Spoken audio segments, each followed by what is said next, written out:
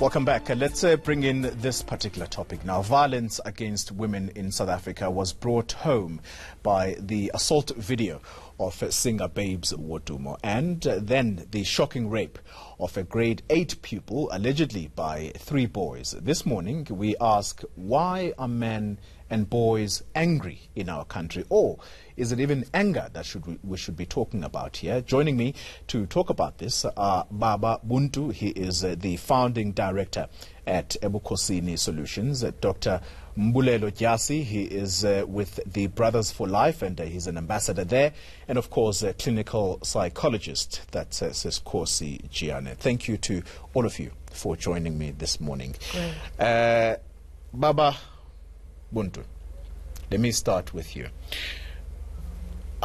The question I want to ask, because you are going to take us back into the history of this, also the culture that goes with it. You're able to trace this back, this culture of violence in our country. Why are men in our country prone to this kind of behavior towards women? Thank you so much. I think before I go into that, I need to say that what I'm about to say is not an excuse. It's not. It doesn't validate or justify the violence that many men meet against women. But and in the space of violence, we don't often have time to take a step back because what is happening is so devastating. But if we can afford ourselves to take a step back, I think we need to go far. We are a continent that do not function as the continent we were made to be. We have become a continent that emulate and copy and express everything but our own. And I think at the depth of our being, we are resentful, we are angry, we are upset that we cannot be us, that when we are successful, we are not us. We copy and we look and we speak like other people. And I think this affects all of us, so it's not a typical thing for men, but I think it hits men harder in the sense that we have certain expectations to masculinity. We're supposed to be protectors, providers, and for more than 1,000 years, our continent has been invaded, has been taken over, so we've lost our power. And I think as men, being expected that we should provide and protect and create safety for our families. It has been proven for 1,000 years that we're not able to take care of our families. But why are we taking it out on women? Because we don't know who else to take it out against. And it's not a justified reason, but I think we do that across the board, not just in this space. We often hurt those we are supposed to love. We often hurt those who we are supposed to honor because we don't know how to get to the instigator. We don't know how to place our violence or our anger where it actually belongs. Mr. Gyasi, let's bring you in. You deal at Brothers for Life with the perpetrators of violence against women. What do they have to say to justify their actions? For instance, we conducted a number of dialogues around the country with Brothers for Life campaign. We formed new campaigns like Yotakwane Rime. And when we are engaging men out there, we, first of all, when men talk as society, it seems as if we are not ready. Every time when men, they are ventilating, talking to us, even facilitators, you could see that facilitators are getting irritated. No one is ready to listen to men. And there is that report that no one is interested to listen to these excuses. And for that reason, now men are angry that no one is prepared to listen to them. For instance, practical example, yesterday, somebody phoned me, he was at Kwatwe C police station in Port Elizabeth. He's your colleague, but I won't mention the name. He's a journalist. He wanted to report domestic violence, that his children and wife are beating him. And police said to him, no, you are drunk, we can't listen to you. Go. And if you don't go, we'll lock you up. And I wanted to talk to the police, and the police took the phone by lahla pants. So there is that attitude in our society. Even some events I've attended around the country are stage managed, where men are told what to say.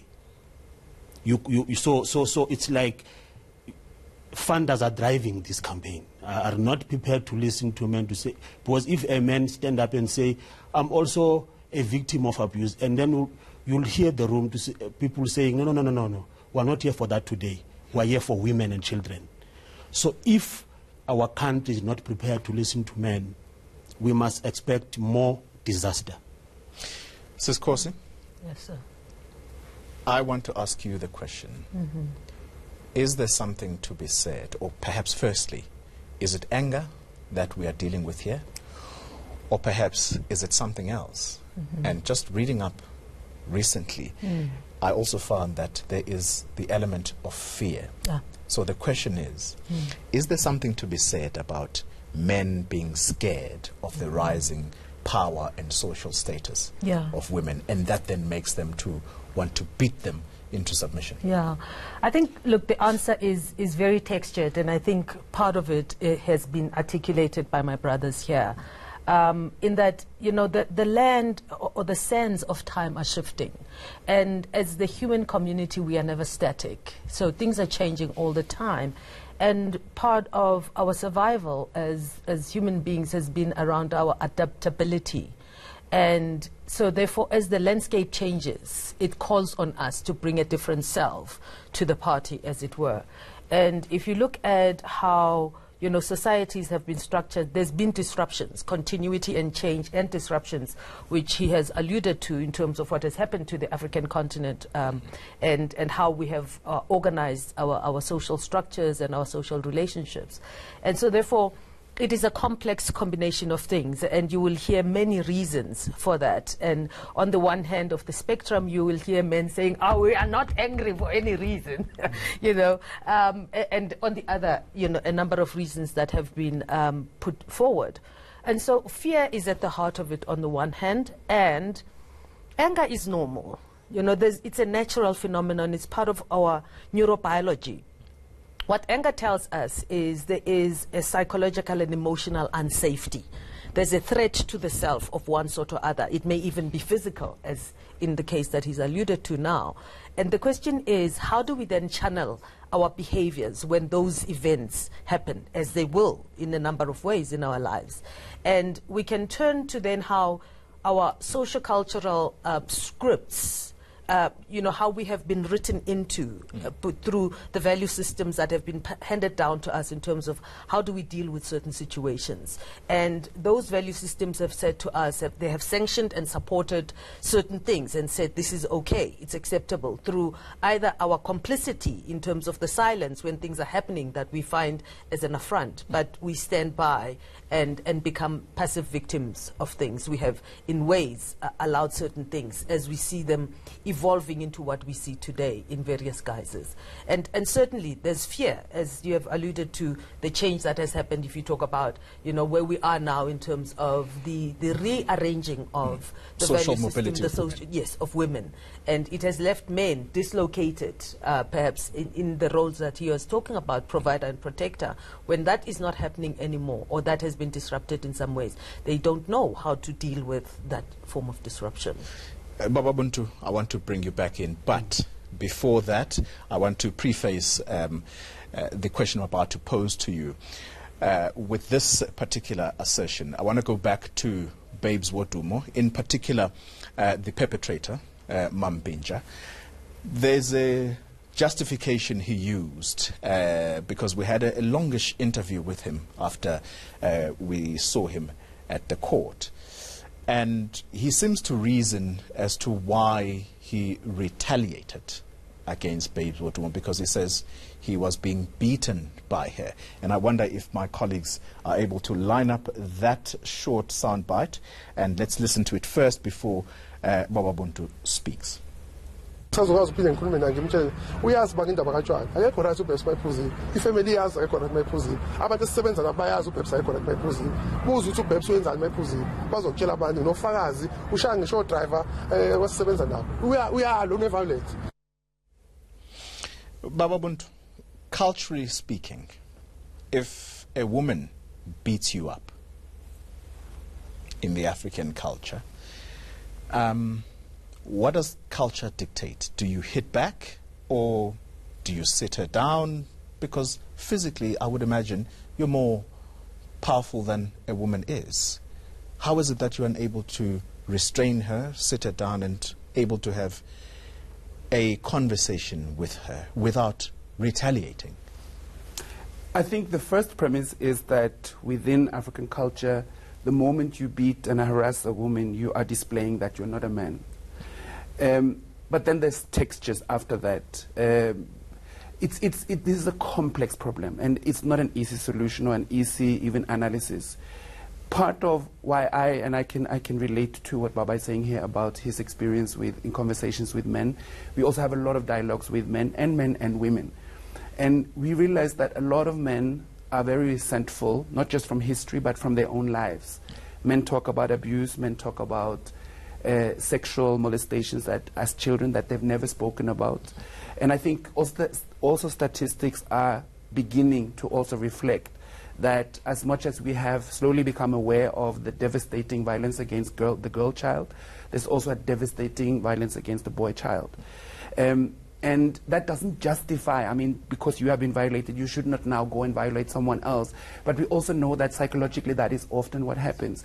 When you have been taken a very sacred part of yourself, when that has been removed and violated, chances are, and especially in the space of men living in a patriarchal society, which we are now, and I believe we were not that at one time. So I think also when you, Sisi, say that we're battling with kind of women's empowerment and becoming stronger, and we feel threatened by that. I think we do that within this dispensation, but we used to know how to live with powerful women. We wanted our daughters to be powerful. We come from that script as African people. So I feel that we hold some ancient tools that we need to bring back. If a woman attacks me, I have no justification to attack back. There is another justification for why Mampinja did this. Or retaliated, as he tells us. I want us to listen to that first before I come to you, Babjiane.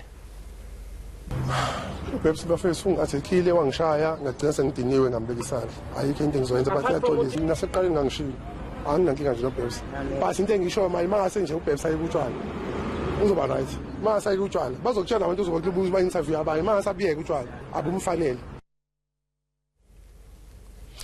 Mr. Jas, I mean, it's actually laughable, right, what he says. But maybe we shouldn't judge him before, I guess, a court of law perhaps exonerates him, because that's what he's seeking to do there, justify his actions for why he acted the way that he did.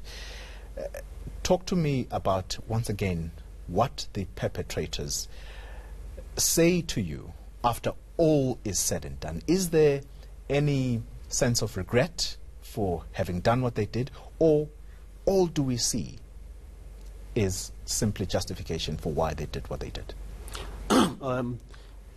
After went through the story, I realized, especially with my colleagues, we realized that both men and women are problematic. Couples are very manipulative. That is why we have to be very careful when we investigate cases that involve people who are in love, because some couples are very corrupt, and when when we discover that they are doing this act, they will come up with all sorts of excuses and exploit even the gender-based violence program to cover up their stories. So we'll be very careful when we, especially as a priest, I'm counseling people, we discover a lot of lies. Even this one, Mampinja, is trying his level best to escape prison. At the same time, there is element of truth to what he was trying to say, because there is a case against Babes as well. We're a violent society. I think we must admit that both men and women need help. Ms. Jan. Because failure to listen to men as well, we're putting more lives in danger. Mrs. Kos. Yes. Yes, we focused on men and why it is that we are angry as men in this country. But we can't ignore the other element. Babes Wodumo has had a case of assault filed against her. This is separate from the Mampinja story. Yes. She clearly comes across as a temperamental person as well. he talks about couples being manipulative. Is there something to be said about her and possibly manipulating this situation? But also go back to Mampinja as well and talk to me about whether there is any hope of rehabilitation. Yeah, so, I mean, violence doesn't just reside in men. It is a human capacity that we can all entertain or indulge in some form or use as a form of defense or claim as a form of defense. There's certainly couple relationships are, again, we go back to complexity because oversimplifying things doesn't help us to wrestle with the monster that we're trying to. But couple relationships are complex and they are a dance. It's two people agreeing to a dance of sorts. And sometimes one will step on the toes of the other. It is how do they manage that. And this is also complicated even further by the celebrity status, the public figureness of these people, which also adds a dimension to the self of a person, how they understand who they are, the untouchability or the touchability or the preciousness of who they are or not. And also so there are a number of predisposing factors, but also a number of precipitating things that make things worse. In this case, the combination of alcohol or various substance use, which has an effect on the psychological functioning of people. And in the heat of the moment, things happen. And they set off a fire that becomes, that goes out of control. And, certainly, I am not in any way trying to buy his justification. However, I'm saying there's always two sides to a situation. And we have privy to a snippet of a situation that has a much bigger context, and in dealing with it, we need to understand it from there and not just take just the superficial, because that's what's being thrown at our faces. You're a clinical psychologist by trade. Yeah. The question I want, lastly, is rehabilitation. I spoke to Griselda Dudumashe earlier this week, and she said taking perpetrators of gender-based violence to prison is not helping. Certainly They're not being rehabilitated. Certainly so not. What's the solution? Look, it is the relationship that's in dysfunction. And it is in similar vein society that's in dysfunction. And so the healing needs to take place on those multiple levels. There is what we refer to as a codependent relationship. And it's certainly, the situation has the hallmark of a codependent relationship where then that needs to be dealt with, where it is about, I am with this person because he needs me, I need her, and I'm the best thing that's happened to her or happened to him, and so on. So there are a number of things that need to be unpacked, and it is about how do we find a functional way of being able to achieve that sense of belonging as people, that sense of honoring, that sense of support, love and care that is not dysfunctional, and how do we create healthy boundaries when there is disagreement and disappointment? How do we create healthy boundaries? And to look at what are the factors that aggravate our behavior when those things do happen, as they will. And alcohol could be one of them, substance, and so on, a number of things. Bababuntu, very briefly, the issue of rehabilitation. Talk to us about it from a cultural point of view. How do you rehabilitate people like this? So when we say rehabilitate, we normally talk about those who have already perpetrated. And to be very honest, I'm not saying we should give up, but I think we need to play even more emphasis on the young boys who are growing up, who are actually telling us, I don't want to be a violent man, I want to grow up and be respected, help me, guide me. And we mustn't pretend that we are toolless as African people. We used to do Lekutlas about this, we used to do Imbizos about this. We have tools. We need to question what church and politics has done to us and really re-emphasize and center our culture. We can do this if we really want.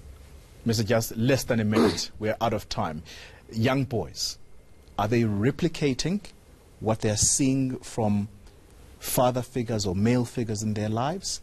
Or are they also angry? What are they angry about, possibly? Yeah, that is why we have started a program of moving around in provinces, designing or establishing programs such as boys' assemblies, because we're trying to address these matters, because we could see that these boys are imitating us. They've seen these things and they want to practice all these things. I was telling my wife on my way here, I said to her, if I am abusing her, she must walk away. Even if I'm a pastor, she must just forget about my status. If I'm abusing her, she must walk away. And if she's abusing me, I'll do the same. Thank you all very much for having come through. Baba Buntu, he is from the Ebukhosini Solutions, and he's a director there. Brothers for Life Ambassador Dr. Mbulelo Gyasi, and of course clinical psychologist Kosi Giana. Thank you all for having made the time. Well, that's a wrap from myself.